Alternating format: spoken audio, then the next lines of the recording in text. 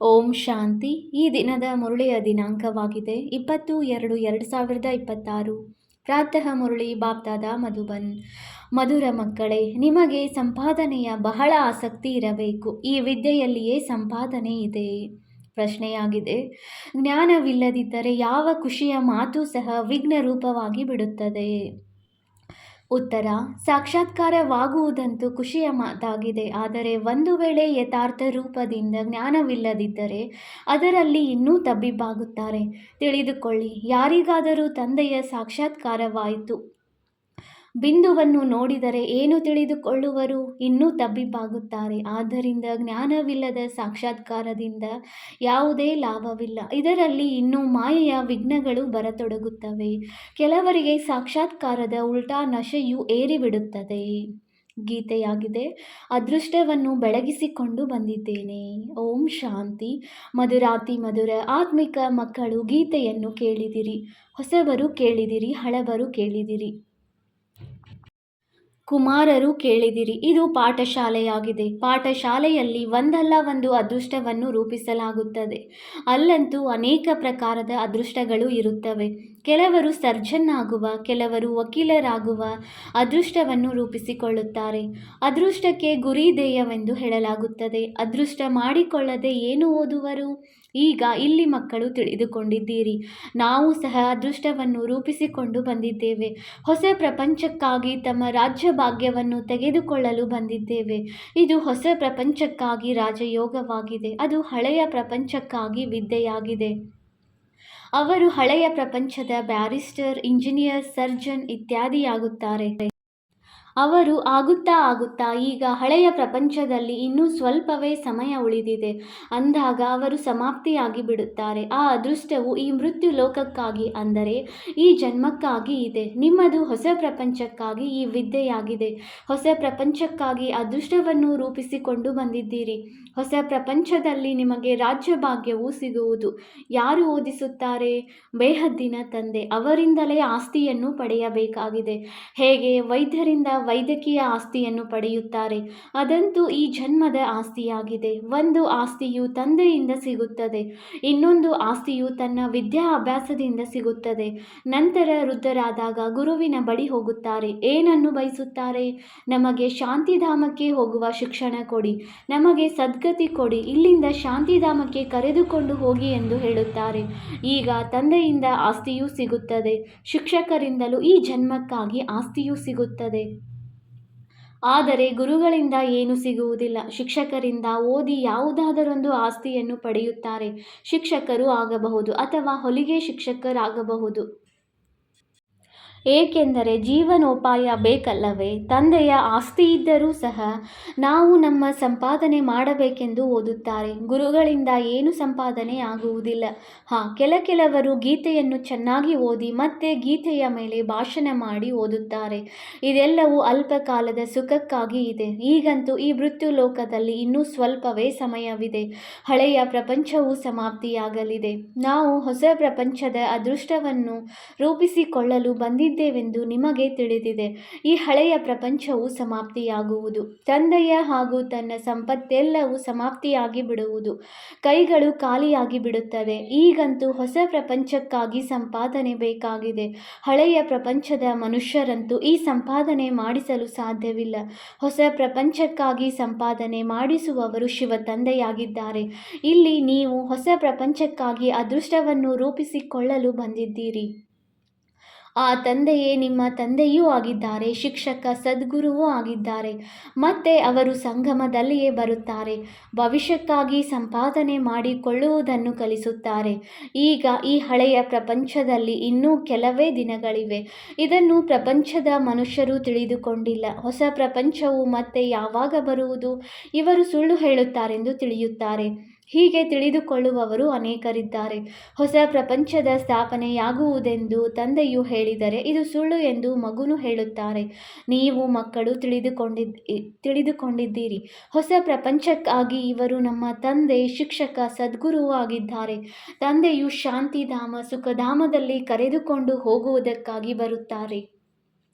ಯಾರು ಅದೃಷ್ಟವನ್ನು ರೂಪಿಸಿಕೊಳ್ಳುವುದಿಲ್ಲವೋ ಅವರು ಏನನ್ನೂ ತಿಳಿದುಕೊಂಡಿಲ್ಲವೆಂದರ್ಥ. ಒಂದೇ ಮನೆಯಲ್ಲಿ ಸ್ತ್ರೀ ಓದುತ್ತಾಳೆ, ಪುರುಷನು ಓದುವುದಿಲ್ಲ, ಮಕ್ಕಳು ಓದುತ್ತಾರೆ, ತಂದೆ ತಾಯಿ ಓದುವುದಿಲ್ಲ. ಈ ರೀತಿ ಆಗುತ್ತಿರುತ್ತದೆ. ಯಜ್ಞದ ಆದಿಯಲ್ಲಿ ಪರಿವಾರಕ್ಕೆ ಪರಿವಾರವೇ ಬಂದುಬಿಟ್ಟರು.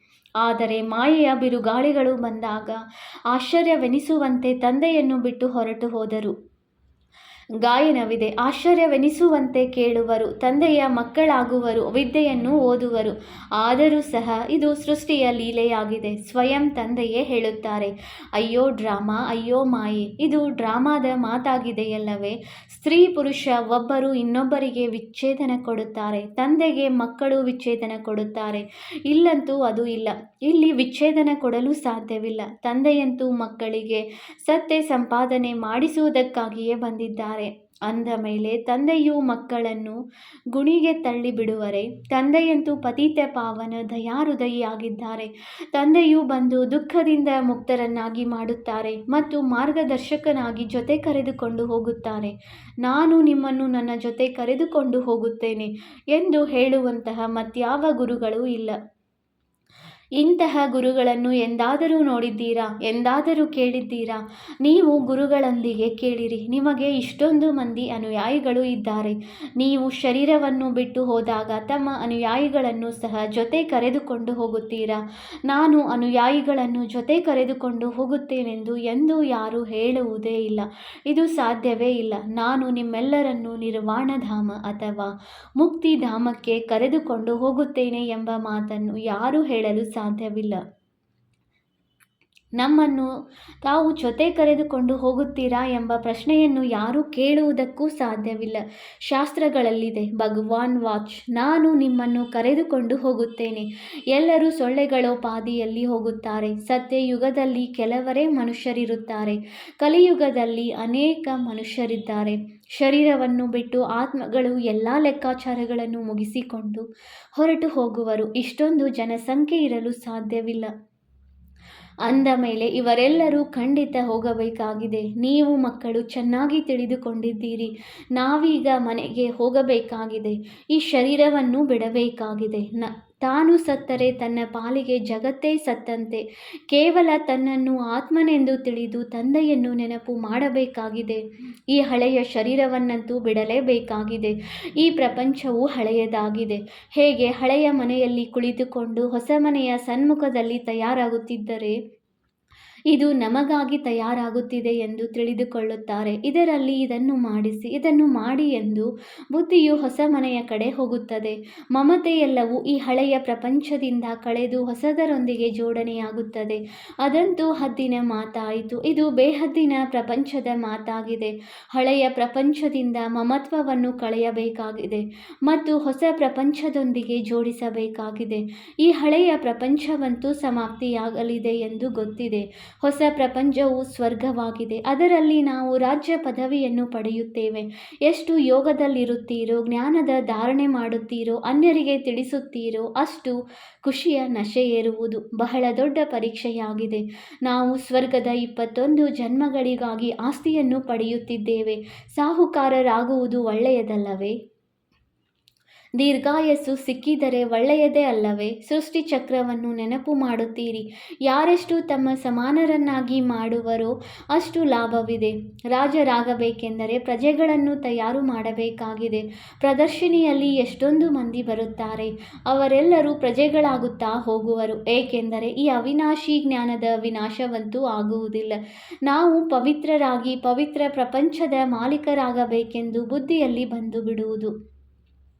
ಹೆಚ್ಚು ಪುರುಷಾರ್ಥ ಮಾಡಿದರೆ ಶ್ರೇಷ್ಠ ಪದವಿಯನ್ನು ಪಡೆಯುವಿರಿ. ಇಲ್ಲದಿದ್ದರೆ ಪ್ರಜೆಗಳಲ್ಲಿಯೂ ಕಡಿಮೆ ಪದವಿಯಾಗುವುದು. ನಂಬರ್ ವಾರಂತೂ ಇರುತ್ತಾರಲ್ಲವೇ? ರಾಮ ರಾಜ್ಯದ ಸ್ಥಾಪನೆಯಾಗುತ್ತಿದೆ. ರಾವಣ ರಾಜ್ಯದ ವಿನಾಶವಾಗಿ ಬಿಡುವುದು. ಸತ್ಯಯುಗದಲ್ಲಿ ದೇವತೆಗಳೇ ಇರುತ್ತಾರೆ. ತಂದೆಯು ತಿಳಿಸಿದ್ದಾರೆ, ನೆನಪಿನ ಯಾತ್ರೆಯಿಂದ ನೀವು ಸತೋ ಪ್ರಧಾನ ಪ್ರಪಂಚದ ಮಾಲೀಕರಾಗುತ್ತೀರಿ. ರಾಜ ಪ್ರಜೆ ಎಲ್ಲರೂ ಮಾಲೀಕರಾಗುತ್ತಾರೆ. ನಮ್ಮ ಭಾರತವು ಎಲ್ಲದಕ್ಕಿಂತ ಶ್ರೇಷ್ಠವಾಗಿದೆ ಎಂದು ಪ್ರಜೆಗಳು ಹೇಳುವರು. ಅವಶ್ಯವಾಗಿ ಭಾರತವು ಶ್ರೇಷ್ಠವಾಗಿತ್ತು. ಈಗ ಆ ರೀತಿ ಇದೆಯೇ? ಮೊದಲು ಅವಶ್ಯವಾಗಿ ಶ್ರೇಷ್ಠವಾಗಿತ್ತು. ಈಗಂತೂ ಬಹಳ ಬಡ ಭಾರತವಾಗಿ ಬಿಟ್ಟಿದೆ.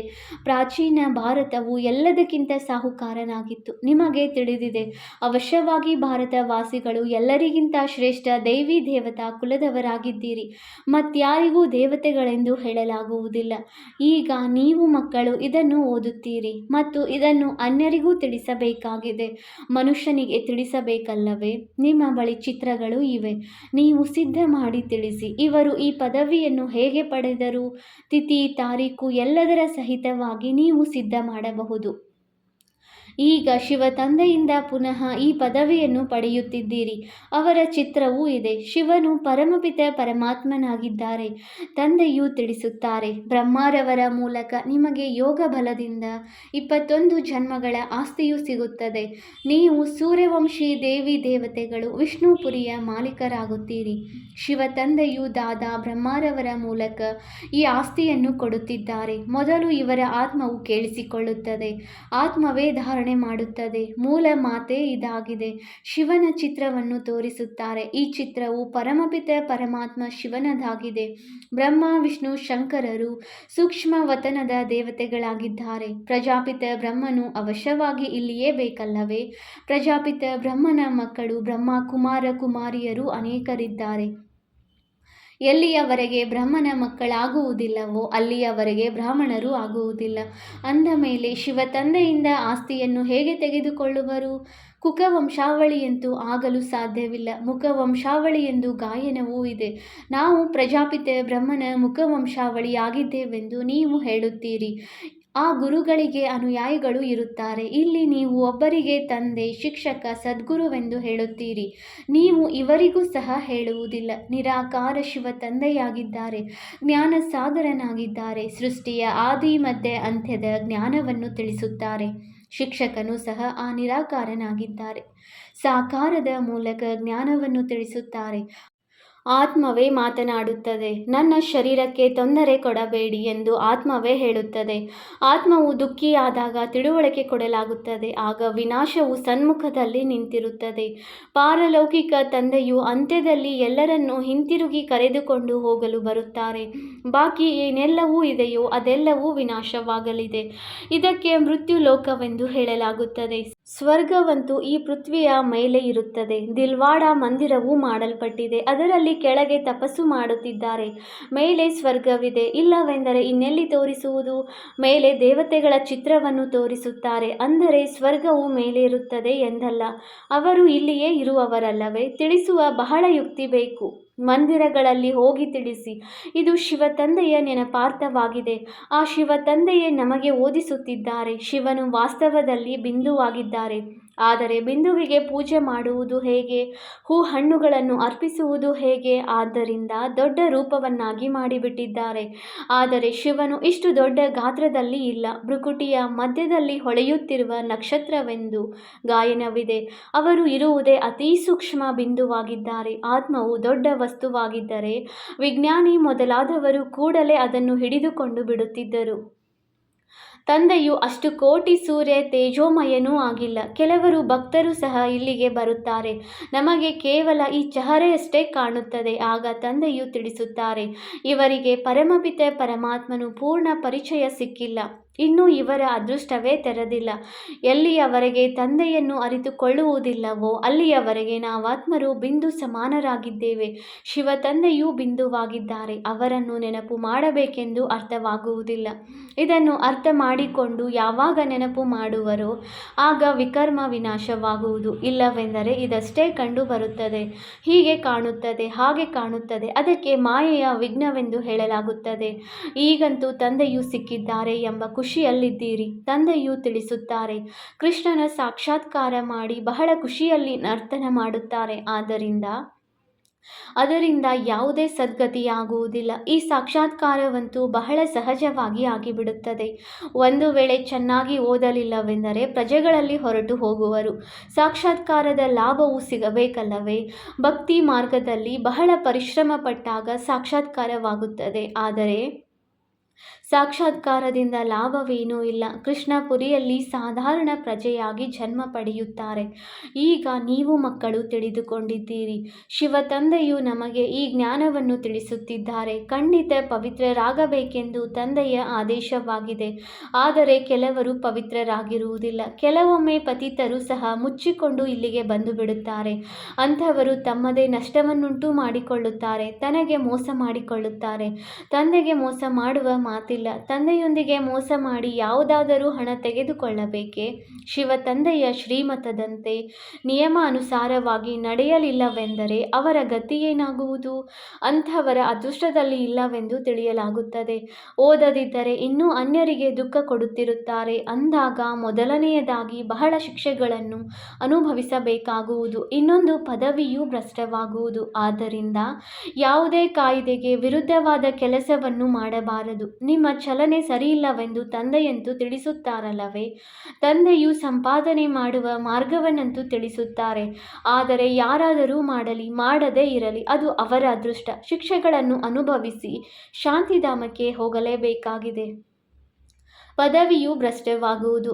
ಏನೂ ಸಿಗುವುದಿಲ್ಲ. ಅನೇಕರು ಬರುತ್ತಾರೆ, ಆದರೆ ಇಲ್ಲಂತೂ ತಂದೆಯಿಂದ ಆಸ್ತಿಯನ್ನು ತೆಗೆದುಕೊಳ್ಳುವ ಮಾತಾಗಿದೆ. ಬಾಬಾ, ನಾವಂತೂ ಸ್ವರ್ಗದ ಸೂರ್ಯವಂಶಿ ರಾಜ್ಯ ಪದವಿಯನ್ನು ಪಡೆಯುತ್ತೇವೆಂದು ಮಕ್ಕಳು ಹೇಳುತ್ತಾರೆ. ಇದು ರಾಜಯೋಗವಲ್ಲವೇ? ವಿದ್ಯಾರ್ಥಿಗಳು ವಿದ್ಯಾರ್ಥಿ ವೇತನವನ್ನು ಪಡೆಯುತ್ತಾರಲ್ಲವೇ? ಉತ್ತೀರ್ಣರಾಗುವವರಿಗೆ ವಿದ್ಯಾರ್ಥಿ ವೇತನ ಸಿಗುತ್ತದೆ. ಯಾರು ವಿದ್ಯಾರ್ಥಿ ವೇತನ ಪಡೆದಿದ್ದಾರೆಯೋ ಅವರದೇ ಈ ಮಾಲೆ ಮಾಡಲ್ಪಟ್ಟಿದೆ. ಯಾರು ಎಷ್ಟೆಷ್ಟು ತೇರ್ಗಡೆಯಾಗುವರೋ ಆ ರೀತಿಯಲ್ಲಿ ವಿದ್ಯಾರ್ಥಿ ವೇತನ ಸಿಗುವುದು. ಈ ಮಾಲೆಯೂ ಮಾಡಲ್ಪಟ್ಟಿದೆ. ವಿದ್ಯಾರ್ಥಿ ವೇತನವನ್ನು ಪಡೆಯುವವರ ವೃದ್ಧಿಯಾಗುತ್ತಾ ಸಾವಿರಾರು ಮಂದಿ ಆಗಿಬಿಡುತ್ತಾರೆ. ರಾಜ್ಯ ಪದವಿಯೇ ವಿದ್ಯಾರ್ಥಿ ವೇತನವಾಗಿದೆ. ಯಾರು ಚೆನ್ನಾಗಿ ವಿದ್ಯೆಯನ್ನು ಓದುವರೋ ಅವರು ಗುಪ್ತವಾಗಿರಲು ಸಾಧ್ಯವಿಲ್ಲ. ಅನೇಕ ಹೊಸ ಮಕ್ಕಳು ಸಹ ಹಳಬರಿಗಿಂತಲೂ ಮುಂದೆ ಹೊರಟು ಹೋಗುತ್ತಾರೆ. ಹೇಗೆ ನೋಡಿ, ಕೆಲವರು ಕನ್ಯೆಯರು ಬರುತ್ತಾರೆ, ಹೇಳುತ್ತಾರೆ, ನಮಗೆ ಈ ಜ್ಞಾನವು ಬಹಳ ಇಷ್ಟವಾಗುತ್ತದೆ. ನಾವು ಪ್ರತಿಜ್ಞೆ ಮಾಡುತ್ತೇವೆ, ಈ ಲೌಕಿಕ ವಿದ್ಯೆಯು ಮುಗಿದ ನಂತರ ಮತ್ತೆ ಈ ವಿದ್ಯೆಯಲ್ಲಿ ತೊಡಗುತ್ತೇವೆ. ನಮ್ಮ ಜೀವನವನ್ನು ವಜ್ರ ಸಮಾನ ಮಾಡಿಕೊಳ್ಳುತ್ತೇವೆ. ನಾವು ನಮ್ಮ ಸತ್ಯ ಸಂಪಾದನೆ ಮಾಡಿ 21 ಜನ್ಮಗಳಿಗಾಗಿ ಆಸ್ತಿಯನ್ನು ಪಡೆಯುತ್ತೇವೆ. ಇದನ್ನು ಕೇಳಿ ಆಗ ಎಷ್ಟೊಂದು ಖುಷಿಯಾಗುತ್ತದೆ. ತಿಳಿದುಕೊಂಡಿದ್ದಾರೆ, ಈ ಆಸ್ತಿಯನ್ನು ಈಗ ಪಡೆಯದಿದ್ದರೆ ಮತ್ತೆಂದಿಗೂ ಪಡೆಯಲು ಸಾಧ್ಯವಿಲ್ಲ. ವಿದ್ಯಾಭ್ಯಾಸದ ಆಸಕ್ತಿ ಇರುತ್ತದೆಯಲ್ಲವೇ? ಕೆಲವರಿಗಂತೂ ತಿಳಿದುಕೊಳ್ಳುವ ಆಸಕ್ತಿಯೇ ಇರುವುದಿಲ್ಲ. ಹೊಸಬರಿಗೆ ಎಷ್ಟು ಉತ್ಸಾಹವಿದೆಯೋ ಅಷ್ಟು ಹಳಬರಿಗೂ ಇಲ್ಲ. ಆಶ್ಚರ್ಯವಲ್ಲವೇ? ಅಂಥವರಿಗೆ ಹೇಳಲಾಗುತ್ತದೆ, ಡ್ರಾಮಾ ಅನುಸಾರ ಅವರ ಅದೃಷ್ಟದಲ್ಲಿ ಇಲ್ಲವೆಂದರೆ ಭಗವಂತನಂತೂ ಏನು ಮಾಡುವರು? ಒಳ್ಳೆಯದು. ಮಧುರಾತಿ ಮಧುರ ಅಗಲಿ ಹೋಗಿ ಮರಳಿ ಸಿಕ್ಕಿರುವ ಮಕ್ಕಳ ಪ್ರತಿ ಮಾತಾಪಿತ ಬಾಪ್ದಾದಾರವರ ನೆನಪು, ಪ್ರೀತಿ ಹಾಗೂ ಸುಪ್ರಭಾತ. ಆತ್ಮಿಕ ಮಕ್ಕಳಿಗೆ ಆತ್ಮಿಕ ತಂದೆಯ ನಮಸ್ತೆ. ನಾವು ಆತ್ಮಿಕ ಮಕ್ಕಳಿಂದ ಆತ್ಮಿಕ ತಂದೆಗೆ ನೆನಪು, ಪ್ರೀತಿ ಹಾಗೂ ನಮಸ್ತೆ ನಮಸ್ತೆ ನಮಸ್ತೆ. ಧಾರಣೆಗಾಗಿ ಮುಖ್ಯ ಸಾರ. ಪಾಯಿಂಟ್ ನಂಬರ್ 1, ತನ್ನ ಬಲಹೀನತೆಗಳನ್ನು ಮುಚ್ಚಿಡುವುದು ಸಹ ಸ್ವಯಂಗೆ ಮೋಸ ಮಾಡಿಕೊಳ್ಳುವುದಾಗಿದೆ. ಆದ್ದರಿಂದ ಎಂದೂ ತಮಗೆ ತಾವು ಮೋಸ ಮಾಡಿಕೊಳ್ಳಬಾರದು. ಪಾಯಿಂಟ್ ನಂಬರ್ 2, ತನ್ನ ಶ್ರೇಷ್ಠ ಅದೃಷ್ಟವನ್ನು ರೂಪಿಸಿಕೊಳ್ಳಲು ನಿಯಮಕ್ಕೆ ವಿರುದ್ಧವಾಗಿ ಯಾವುದೇ ಕೆಲಸ ಮಾಡಬಾರದು. ವಿದ್ಯೆಯ ಮೇಲೆ ಆಸಕ್ತಿಯನ್ನಿಟ್ಟುಕೊಳ್ಳಬೇಕು. ತನ್ನ ಸಮಾನರನ್ನಾಗಿ ಮಾಡುವ ಸೇವೆ ಮಾಡಬೇಕಾಗಿದೆ. ವರದಾನ: ಅಮೃತ ವೇಳೆಯ ಸಹಯೋಗ ಅಥವಾ ಶ್ರೀಮತದ ಪಾಲನೆಯ ಮೂಲಕ ಸ್ಮೃತಿಯನ್ನು ಸಮರ್ಥವನ್ನಾಗಿ ಮಾಡಿಕೊಳ್ಳುವಂತಹ ಸ್ಮೃತಿ ಸ್ವರೂಪ ಭವ.